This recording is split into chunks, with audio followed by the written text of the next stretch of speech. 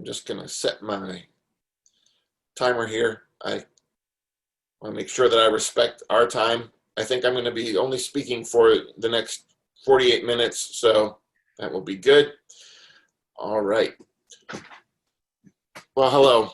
I'm so glad to see you. It's been a while since we've had some time together, and I don't think much has happened in the past few weeks, so that's good. I was actually I was asked by someone recently to think about what it's been like over the past few years, and hearing the refrains in 2016 in November. He might do things differently. Let's just give him a chance. Let's just see what he can do. You may have heard those words. You may have said those words. So today, I want to spend some time thinking about 4 different lengths of time. And the first length of time I want you to think about with me is the past 1,360 days. Now that date is based on, that number of days is based on January 20th, 2017, for whatever reason, right? 1,360 days. And I want you to try and rewind as I'm speaking right now, to rewind the past month and the past year and those last 1,360 days, or 4 years or so. I want you to think about, now that this person and this group of people have been given a chance, I want you to think about what you've seen. Over the past 1,360 days, I've seen travel bans, and I've seen border walls. I've seen family separations. I've seen children in cages. I've seen refused refugees at airports. I've seen hospital room ICE raids. I've seen men walking with torches through cities. I've seen cars drive through crowds. I've seen false both sides equivalencies offered by our leadership. I've seen ignored school shootings. I've seen pepper spray Bible photo ops. I've seen those things over the past 1,360 days, but I've seen other things too. I've seen assaults on dreamers, and assaults on unarmed black men, and on affordable health care, and on free speech, and on members of the military, and on the environment, and on peaceful protesters. I've seen assaults on the electoral process and the U.S. Postal Service and the rights of women, and on objective truth. And over the past 1,360 days, I've seen lies about a virus. I've seen anti-mask bullying. I've seen nonsensical conspiracy theories. I've seen denials of science, and I've seen silencing of doctors and deadly fake cures, and I've seen disregard for 215,000 Americans. I've seen stoked racism. I've seen white vigilantes celebrated. I've seen black murder victims vilified, killed twice, first their bodies and then their characters assassinated. Those are just some of the things that I can say that I have been eyewitness to, that I have seen over the past 1,360 days. What have you seen over that time? And the question is, whatever you've seen, whatever it has stirred in you, whatever has made you angry or caused you to grieve, have you seen enough? I know that I have. I know that I am at my enoughness level. I have reached the maximum enoughness. I've seen enough cruelty and enough criminality. I've seen enough divisiveness, enough malevolence. I've seen enough hatred and enough ugliness and enough unnecessary suffering. I've seen enough constitutional crises. I've seen enough manufactured emergencies. I've seen enough condescending press briefings and enough presidential tweet tantrums and enough intentional chaos. I have seen enough of this endless circus of incompetence and malice over the past, 1,360 days to last several lifetimes. And I'm not celebrating birthday 101, but I feel like it some days, right? It feels like the past 1,360 days have been more like 5,384 days. It feels like they are aging us because we're not supposed to be dealing with this elevated urgency.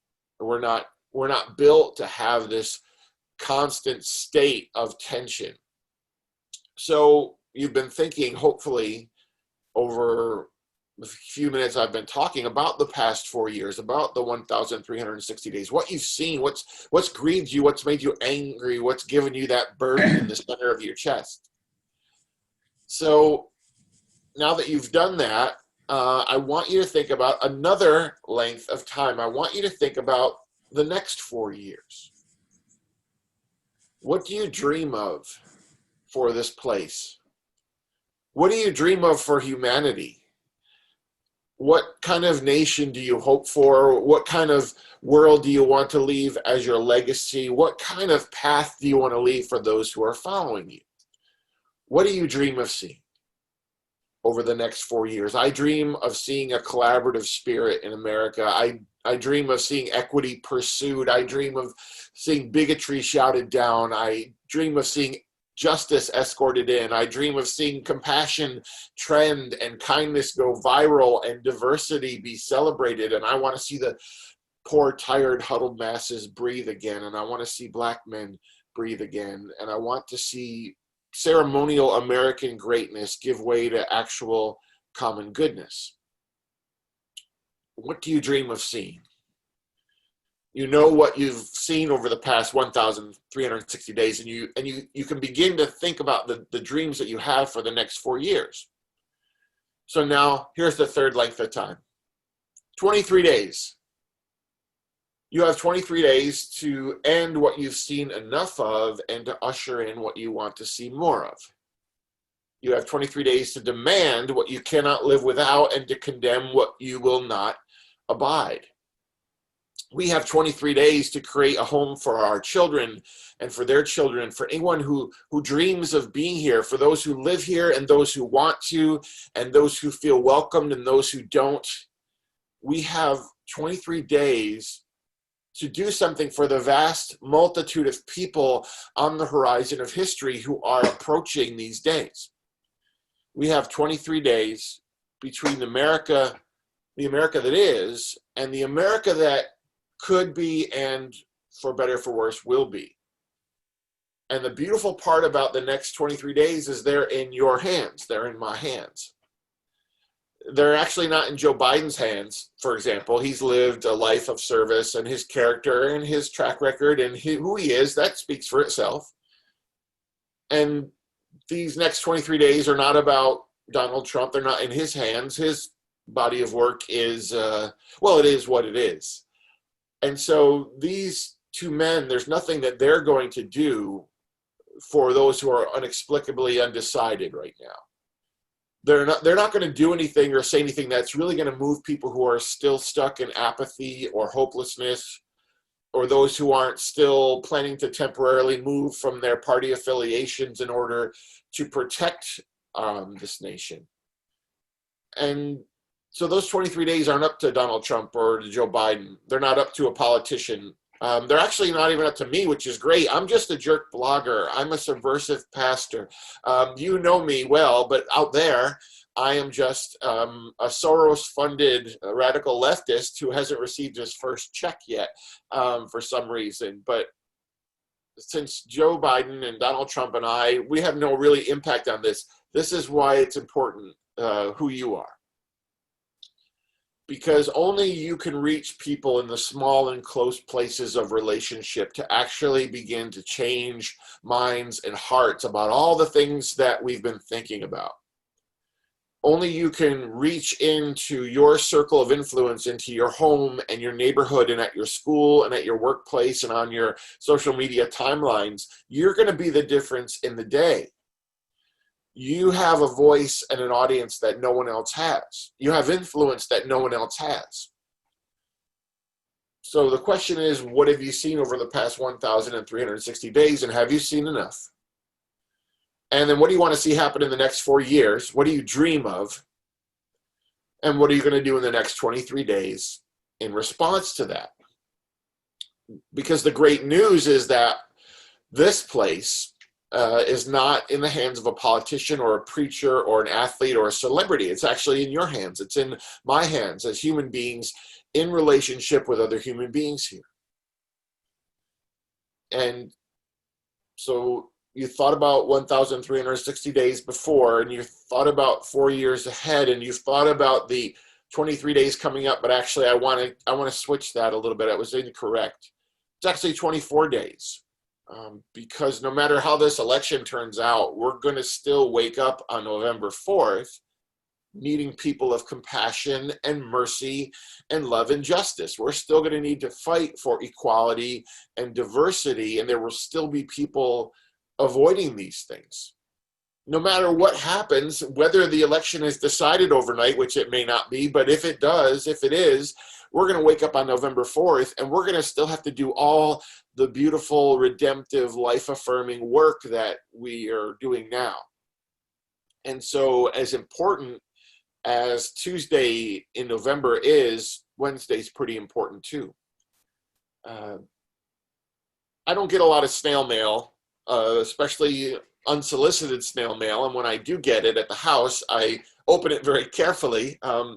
But I had received this letter back in 2018, and it's really, I don't know if you can see it, but it's very difficult to read. There's this older sort of cursive writing that I recognize from growing up when getting letters from my grandma. But this was from a woman that I'd never met, and she was 90 years old at the time that she wrote this. And she said, I was born in the Netherlands, and I lived 5 years under Hitler and the Nazis. My father was a political prisoner. He was arrested, tortured for 10 months, and died in a Dachau prison camp. We grieved, but life went on, and life goes on. And then she goes on to say, I write this to you because what is happening in America makes me feel all the things that I felt. It's all the same patterns. And she said, I'm so alarmed at what's happening in America because I feel like I've lived through it and I don't want to live through it again. And I think about that letter every day and realize that's what we're doing here. We're living every day. We're making every decision. We're fighting every fight. We're saying every word that we can say. We're doing all this work because people behind us and people ahead of us, because it matters. And so think about the last 4 years, what you've seen enough of. Think about the 4 years ahead, what you dream of, but then think about this day. This day, as much as any day, may you leverage your voice and your time and your resources and your circle of influence, and may you do all you can to transform the place, the America that is, into the America that could be. Hopefully on November 4th, we're going to wake up in this more hopeful, more beautiful, more glorious place of possibility. But if we don't, and even if we do, you're going to be more necessary than ever. Because the people who came behind us are expecting us to do something with this life that is worthy of their sacrifice. And people who are coming on the horizon of history, we owe it to them to do something beautiful with our lives. So that Tuesday, November is going to be really important, but that Wednesday will be too. In fact, today is super important because today is the only thing that we have to work with. And so by the end of this day, the world is going to be more compassionate and loving and equal and just, or it's not. And that's going to be up to you in the small choices, in the close relationships, in the conversations that you have, and in the way that you affirm humanity. So that's your move. What are you going to do with this day? What are you thinking? What have you been thinking